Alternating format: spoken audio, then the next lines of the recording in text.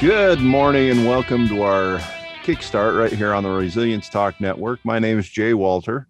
I'm Tamara K. Anderson. And I'm Brad Neufeld.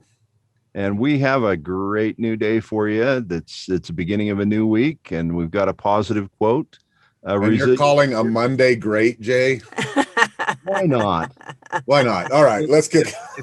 That's like, what we're here to do, right? Make your. If you don't like snow, you're still going to have the same amount of snow. So if you don't like Mondays, you're still going to have the same amount of Mondays. So why not enjoy them? Good point. Good point. So after our resilience tip from Brad, we're going to have a fun fact from Tamara.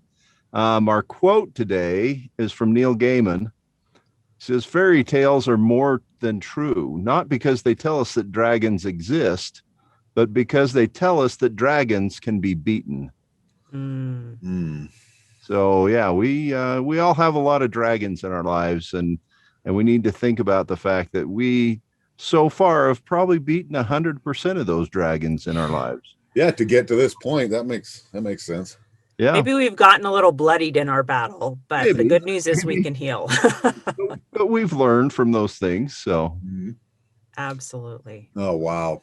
Well, as far as our resilience tip for the day, this one's going to be interesting because, again, what I do my best to focus on is tips that will help you, that you can look at and say, I can do that, or it's something that you can work on individually instead of, because I spent a lot of years researching and also interviewing famous people who have overcome some pretty horrific challenges and things. And after a while, I started to notice patterns in them, because a lot of people think that, well, you got to have a lot of money in order to be successful. Well, the majority of the people who are successful now that you see and that you adore out there, whether it be TV stars, singers, or business people or whatever, started with nothing.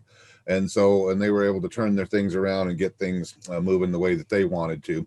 But one of these things is that people who are successful, they don't just keep going until they find the perfect situation. Let me explain that. It's like this with my hand. They don't just go, oh, let me try this. Oh, that didn't work. Let me go here. Oh, my boss at that place, I just don't like him. Let me go try this. No, what they do is they set their goal. They get it in their mind exactly what it is they want to do. And they know full well there's going to be a lot of challenges on their way. They're expecting it. And they know that they're going to grow from those challenges as they hit them. But here's the thing that the majority of the Americans out there, well, people in general, and remember how we mentioned last week about 5% of the people get what they want in life, while the other 95 don't. And I told you it boils down to focus. Well, this is one of those things too that many of us suffer from. I call it the sitcom syndrome. Okay. Tell us what that means, Brad. Yeah. Well, everybody knows what a sitcom is, right? It's short for situational comedy. That's the majority of your TV shows that you see. And what happens? Well, this actually happens in all movies. It's a pattern that all movies, all TV series are based on. What they do is they start out with the first 3 to 5 minutes introducing the characters that are going to be in that episode. And then during that 3 to 5 minutes, a problem is presented. And then they spend the rest of the show solving the problem. And in the funny shows, they solve it in a funny way. So somebody gets in a fight and doesn't like somebody. And then at the end of the show, everything's great. Everything's wonderful, right? Well, is that real life? When we're mad at somebody, like my favorite are the police officer shows. I love the old Law and Order shows. Isn't it great how they start out walking down the streets of New York, all of a sudden there's a body there, right? And boom, one frame later, all the police are there. The tape is out, and they're discussing what kind of happened there. Well, then they go to a commercial. They come back. Guess what? They're in the police chief's office discussing strategy on who to go talk to, where to go. Well, they go and talk to all these different people. They bring them in, they interview them. Some of them get kicked out. And the next thing you know, they find somebody who they think is the suspect. Then what happens? They go to the court system. And then next thing you know, in the last 15 minutes, guess what? They're in court and they get a verdict. Isn't that great? That all happens in 1 hour. Isn't that great?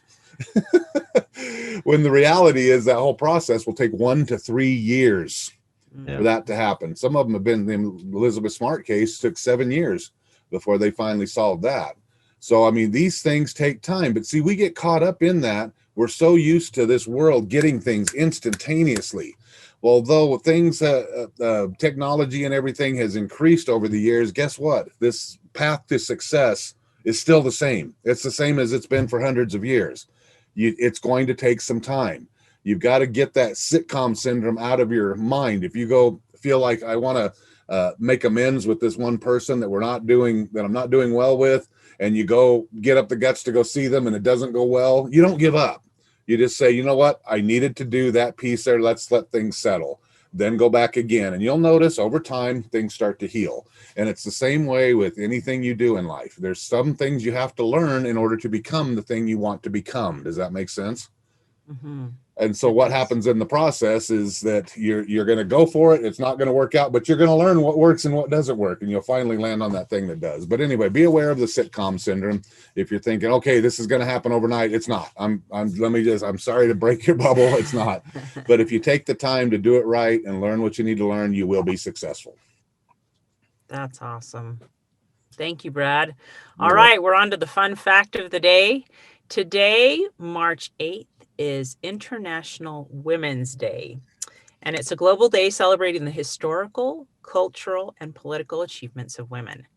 And so if you're looking for something fun to do today, I would suggest you send a bouquet, a thank you card, or some small gift to your mother, your sister, a coworker, or a female that is meaningful in your life, and celebrate them as a woman. And it's guaranteed you will not only brighten their day, but you will feel better by doing it. So There you go. That is your fun fact of the day.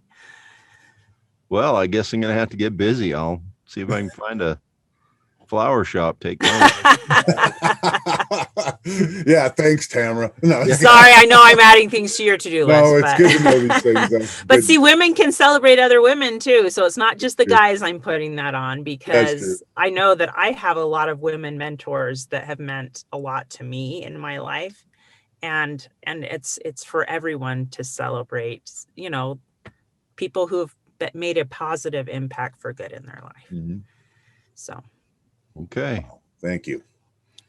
Well, we thanks for listening today to our morning Kickstart. We hope you enjoyed and found something you can use today.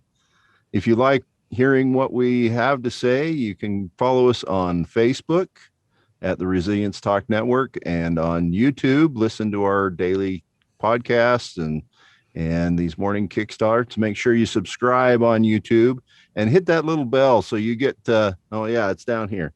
Subscribe on Facebook, on YouTube, and hit the little bell so you can get a notification when we post a new video.